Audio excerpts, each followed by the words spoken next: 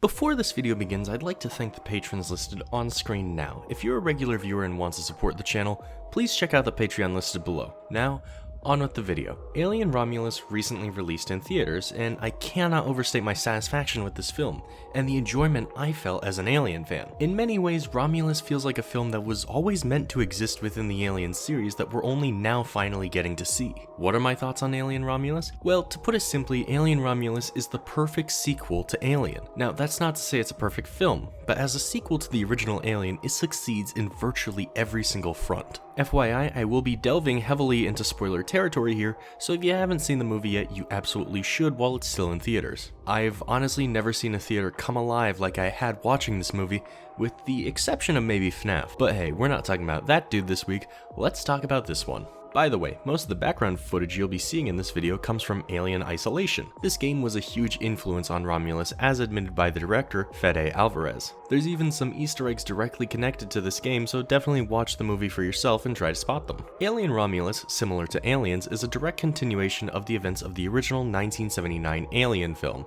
However, the perspective is different. Unlike Aliens, we aren't given much of a proper time frame between the events of these two movies, and we aren't following Ellen Ripley. No, Ellen is still floating somewhere out in space waiting to be found by the Weyland-Yutani Corporation 57 years later. Instead, our initial perspective is actually that of the alien. As it's revealed later on in the film, the original alien did not actually die when blasted out of the airlock at the end of Alien. In order to survive, it secreted a resin shell around itself, allowing it to live indefinitely, as a character later tells us they don't need food or oxygen to survive. This is the first instance of what Romulus does that I really like. It expands on the actual biology of the xenomorph. We heard from Ash in the first film that these aliens are capable of shedding their cells to create ones better suited for their environment, and now we know that applies to the literal vacuum of space. I love this revelation because it's done using only what we should have known the whole time. You can't kill a xenomorph by simply shooting it somewhere far away. After the Xeno's resin shell is recovered, we switch perspectives to meet Rain and Andy on a mining colony planet. According to Rain, her parents died a couple years ago due to the dangerous working conditions of the mine, with her father leaving Andy behind as the protector and brother. Andy is an android created by the Weyland-Yutani Corporation to assist mining duties, but reprogrammed to be solely caring towards Rain. Rain has wanted to go to a planet called Ivaga for some time now, but as we'll find later, it would come with a price. But for now, she's been denied the right to leave the mining colony. The funny thing is that the reason given is that the company suddenly needs more materials due to some sort of shortage. And this may actually be caused by the events of Alien. The Nostromo was a transport ship that was carrying products from the mines. Maybe not these exact mines, but you get the idea. If Ripley destroying the Nostromo is what causes Rain here to no longer be able to leave her home, that's some woefully tragic irony there. But not all hope is lost. Rain ends up being invited on a salvage operation by her ex-boyfriend Tyler, as well as his sister Kay, cousin Bjorn, and Bjorn's girlfriend Navarro. Okay, genuinely though, I knew all these characters' names except Bjorn. I feel like they only said his name a couple of times throughout the film, and every time they did, it just sounded like a different word. I don't know. Anyway, these characters for the most part are interesting, except Navarro. She kinda just doesn't do much the whole time she's here. Anyway, Tyler believes that a decommissioned space station is drifting over the planet. He figures if they can retrieve the hypersleep pods aboard it, they could all make it to Ivaga. Well, except for Andy.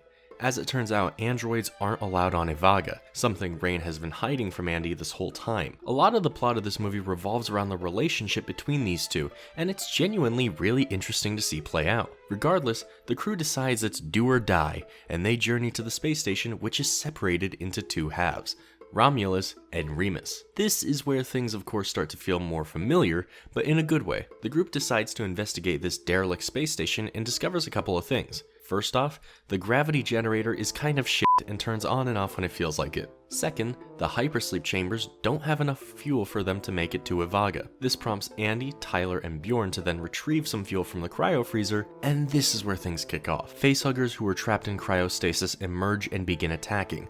Although Andy is able to get everyone out of the room, Navarro ends up getting facehugged, and it's over for her. And this is one of my biggest praises of this film. For the first time in a while, facehuggers are one of the most terrifying movie monsters ever. In this movie specifically, due to just how many there are, they attack in a practical horde. There's a couple really great scenes of characters just running from facehuggers, including one where the huggers actually just pry a door open with their bodies to allow other huggers to run through. I love that scene specifically because it takes into account how much the facehuggers' bodies just straight up look like hands. The visual of all these facehuggers prying open a door makes it look like these creepy, bony hands are making their way through. From here on out, I'm not going to recap the film because I think it's worth seeing so you get your own grasp on the story. Instead, I'm going to start talking about what I think this movie did that was right and wrong, and why I think it functions perfectly as a sequel to Alien. Let's start weaknesses, and that means those characters. Outside of Rain and Andy, I would hardly call most of these characters. Kay is the closest we get and sort of functions as the secondary human protagonist later on in the film, before being killed off. But Tyler, Bjorn, and Navarro are all very blank slate. Bjorn definitely gets the most characterization, acting as the resident android hater of the group. Navarro explains that it's because a couple years ago, his parents, similar to Rain's, were killed in a mining accident. However, his parents died because the android supervisor made a call that sacrificed their lives for the lives of several other miners. This is important later on, but it expands on the idea that androids after Ash are not allowed to kill, but they are allowed to let others die for the greater good. Speaking of Ash, in this movie we're introduced to his proverbial twin, Rook. I guess this is the movie that Weyland-Yutani decided all their androids should be named after chess pieces going forward. Rook was the science officer and looks exactly like Ash, if a bit more movie magic. Rook makes for the closest thing this movie has to a human antagonist, as he continues to act in the best interests of the company, and not necessarily Rain or the others. A big piece of this movie's plot is Rook's plan to use Andy to smuggle their research materials off of Romulus so the company can retrieve them later. However, I do have to fault the movie heavily for Rook's inclusion. Even though I like the character, premise, and just about everything I see on screen here, I can't deny how it was made. Rook's face was reconstructed from the deceased Ian Holm. It's the same thing that happened with Peter Cushing and Carrie Fisher in the Star Wars series. However, Romulus pushes it a step further by also recreating his voice. How so? By using an AI filter on top of an existing actor's impersonation of Holm. Let me be the first to say that this is absolutely unacceptable.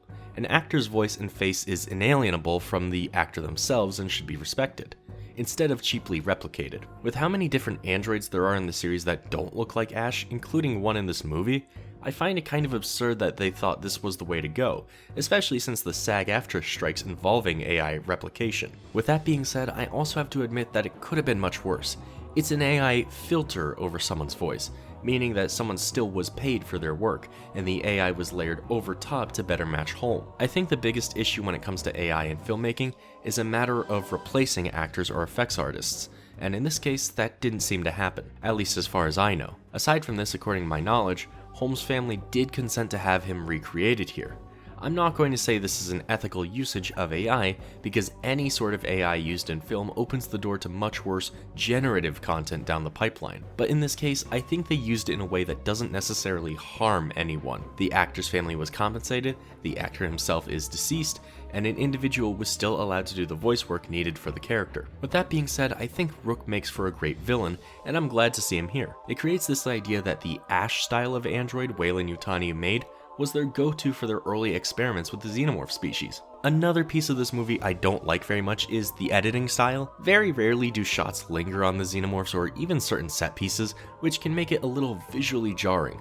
There's only a couple moments I really felt this effect, but it did remind me of the downfalls of AVP Requiem. Not being able to see what's happening but knowing it's really cool makes for a less enjoyable viewing experience. This to me overall just feels like a lack of confidence in the visual effects, which really shouldn't be the case since this is arguably the best the xenomorph has ever looked practically. So much of this movie feels like it could have just been CG'd, but to see behind the scenes and find out how much of it was actually done practically was really interesting to me. Through a combination of animatronics and practical suits, the xenomorphs in this film feel extremely threatening and powerful. One of my favorite moments from this film happens when Kay wakes up aboard the ship they used to reach the Romulus and Remus space station, only to find a giant egg sack of sorts hanging on the wall. This is something we have never seen before in the series, and it provides an explanation as to how the alien can so quickly mature from chestburster to big boy. The entire scene revolving around this egg sack and Bjorn accidentally waking the alien up is so incredibly tense and visually disgusting. Oh, and also the egg sac 100% looks like a vagina.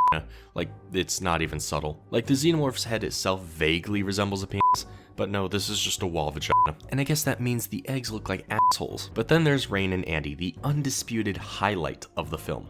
Their relationship with one another is the driving force behind the entire movie, and is a strong through line that never really goes dull. Early on, it's established that the planet Rain intends on going to does not allow android residents, meaning Andy would be left behind on the mining colony. This is okay to Andy since the only thing he really cares about is Rain being safe and happy, although you can tell on some level it does hurt him. Later on, during the scene where Tyler, Bjorn, and Andy are stuck in the cryostasis chamber, Rain provides Andy with a new programming module that will give him the clearance to open the door. This module, however, begins to change Andy's whole demeanor. He becomes darker, more judgmental, a bit more selfish, and stops caring about lives outside of Rain's. It's revealed this is because the module has given him a new prime directive: do what's best for the company. The end result is Andy becoming this insane mixture between his original, tender and sweet personality and Rook. The reason I brought up an android's ability to sacrifice others? Well, at multiple points throughout the film where Andy could have stepped in and helped, he decided someone might have to die so the rest of them could live. The implication, I feel, is that androids don't make these kind of decisions regularly, but when working in the company's interests, they absolutely do. Without a doubt, Andy is my favorite character, which is why it was honestly kind of a shock to hear that Ridley Scott told David Johnson, Andy's actor, one piece of advice: don't be shit. And honestly, that's big talk coming from the man who made this steaming pile of garbage. But anyway, how does any of this make Alien Romulus a perfect sequel to Alien? Well, let's look back at why I considered Aliens the perfect sequel. Both Alien Romulus and Aliens start by picking up where the previous film left off, just following different characters.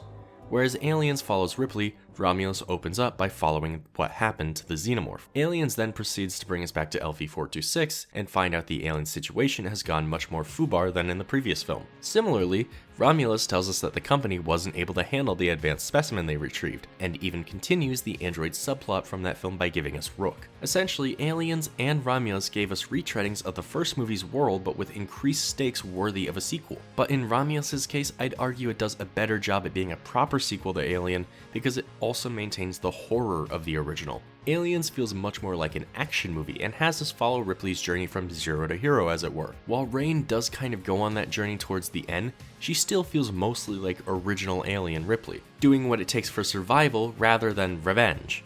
In fact, the only real edge I think Aliens has over Romulus is its cast is just more endearing. I didn't care about Tyler, Bjorn, or Navarro, leaving us with Kay, Rain, and Andy as the only likable members of the main cast. But in Aliens, most characters who are on screen have something worth liking about them. You of course have Ripley the badass, but then there's Newt, who gives Ripley something to fight for. Hicks is a smooth-talking grunt who I kinda just have to praise because he has good taste, i.e. Ripley. Hudson is the single funniest character in horror movie history. Apone is the single funniest character in action movie history. Gorman is a really interesting look into rank versus experience, etc, etc. But I still prefer Romulus because it does something that Aliens does not do. It scares me. Because Romulus is not just a sequel to Alien, it's a sequel to Prometheus and even Alien Covenant, and it ties it all together in a package I don't hate. Somehow, this movie made the premises created in Prometheus enjoyable. But no discussion of this movie is complete without a review of its final scene. This is the scene that told me the movie was something special, something beyond the typicality of something like Alien 3 or Resurrection. In my last video on Alien, I said I wanted to see new xenotypes, and this movie kind of delivers. Kind of. While I wouldn't call this a xenomorph, it's definitely alien. During the final scenes of the movie, Rain, Andy, and Kay make it back aboard their ship and fly off, just before the space station collides with the asteroid belt surrounding their planet. However, Kay is badly injured and is put in a cryostasis pod for sleep until Rain and Andy can get her medical treatment. However, that's not what happens. Earlier on, during the escape from the station, Kay was worried about her survival and injected herself with some of the black goo from Prometheus. This ended up merging with her unborn baby, which rapidly matured inside of her and forced itself out through live birth. Rain tosses the egg sac away only for it to hatch into a disgusting abomination. Half human, half whatever the black goo is, the creature called the Offspring kills its mother, disposes of Andy, and goes after Rain. Rain, desperate for her own survival, tries to expel it from the ship's cargo bay by detaching it from the ship itself. But the Offspring is aware of this plan and tries to kill her. Although it's seemingly blown out into space, it hangs on and tries to headbutt Rain through her helmet. In the end, the cargo container breaks off, leaving the Offspring to hurl through space and Rain to climb against the vacuum of space to get back into her ship. With Rain and Andy the sole survivors, the movie ends. But we know that somewhere out there, the Offspring most likely survived. It's a thrilling and chilling final scene, with an alien design reminiscent of the Neomorphs, the Xenomorphs, and even the Engineers. In many ways, it's similar to the newborn from Alien Resurrection, but whereas the newborn sucked and only made goo-goo eyes at Ripley 8, the offspring is hostile to everything. The way its design is hidden for so long as well further accentuates the scene, making it one of, if not the most terrifying moment in the entire series. This scene alone is what sold me on the movie. One final, absolutely perfect scene. So what are my full thoughts on Alien Romulus? Romulus is absolutely everything I could have hoped for and more. It expanded the world of Alien in incredibly meaningful ways, giving us a continuation of the first movie's story from a side we'd never seen before. The relationship between Andy and Rain is something I never expected to get so invested in, yet the movie takes its time to show us what the relationship is like and pulls at the heartstrings when things start to go wrong. While it did give us more of the same old, it's never been quite as thrilling, and never been quite as scary. But I do have one complaint to wrap this video up. I just wish when Andy said, "Get away from her, you bitch," he said it with more confidence. Dude looks like he's getting permission to swear from his English teacher. And with all that, I'm demuted. If you like this video, be sure to subscribe, and I'll see you in the next one. Peace.